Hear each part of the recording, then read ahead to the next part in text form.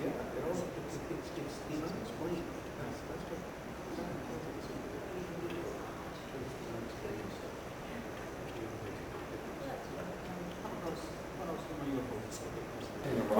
I love rocking chairs, but all night long, it would be this. Once I get in there, there's no stopping me.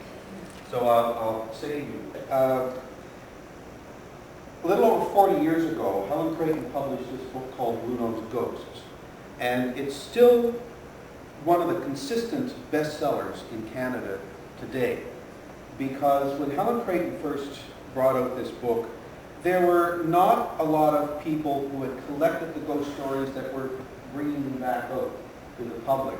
There were people who were writing stories, inventing stories, but what's so interesting about this is that these were not made-up stories. These were stories that Helen collected. And in fact, if you would allow me to, has anybody bought the new copy of Blue Nose Ghosts with the forward in it? Well, then it's all right for me to read the forward, which is only a page or too long. And it gives you an idea of where Helen comes from with this book. What is it about the tales in Blue Nose Ghosts that continue to make the book so popular?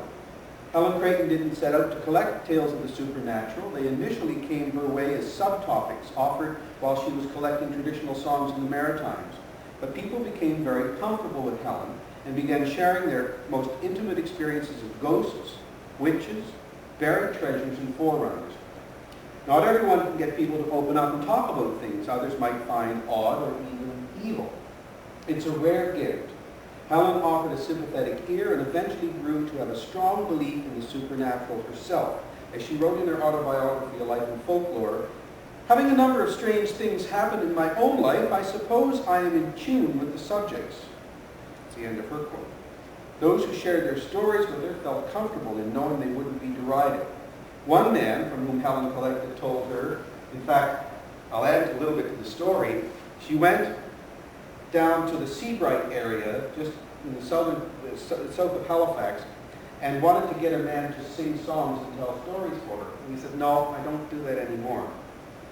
So she went down, a couple houses down, found another fellow, recorded him, brought the stories back, and said to this fellow by the name of, his name was Sidney Pete Bootleader. Everybody just called him Sidney Pete.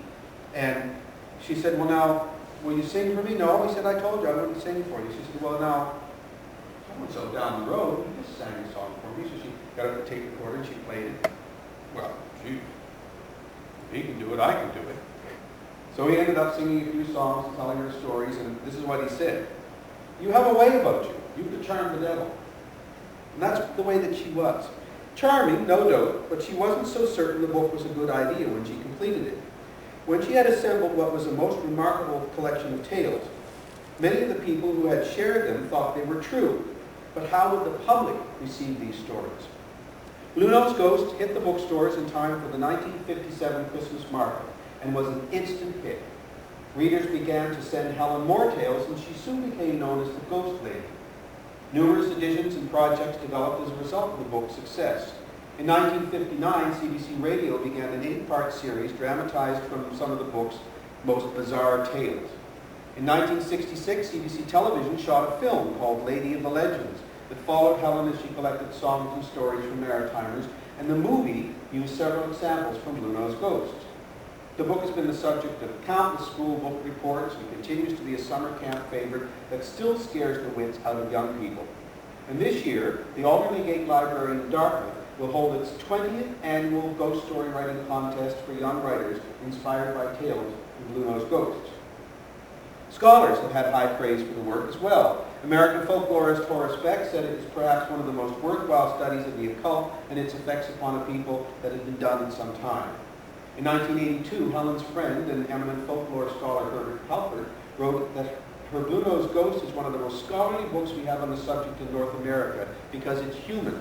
It isn't tight in motif, numbers, and annotations that make a book truly scholarly, but the approach.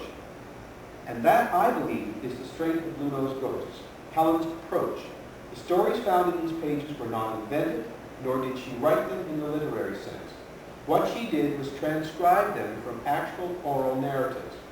I've listened to all of the original recordings Helen made of these tales, and truly, the words you read are those the narrator spoke. Helen's strength in assembling these tales was her innate ability to tie them together with empathetic introductions. Unlike today's horror genre, these tales are not thickened with gory plots of murder and blood and guts for their own sake. Rather, these stories are told as truth, real or imagined, and that makes them all the more terrifying.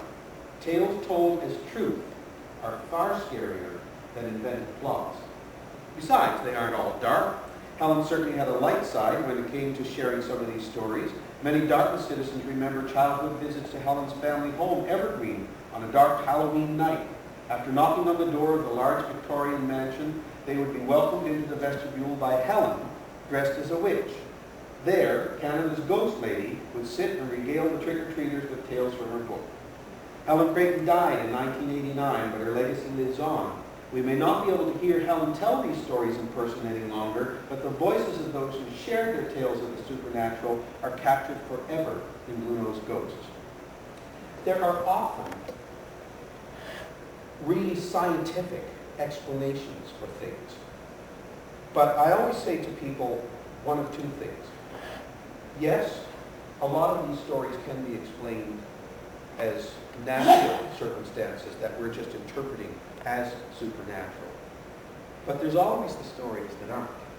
And the other thing is that even though there are certain things we know to be true, we know to be tangible, we still, every one of us has a strong belief that there may be something else that we can't explain.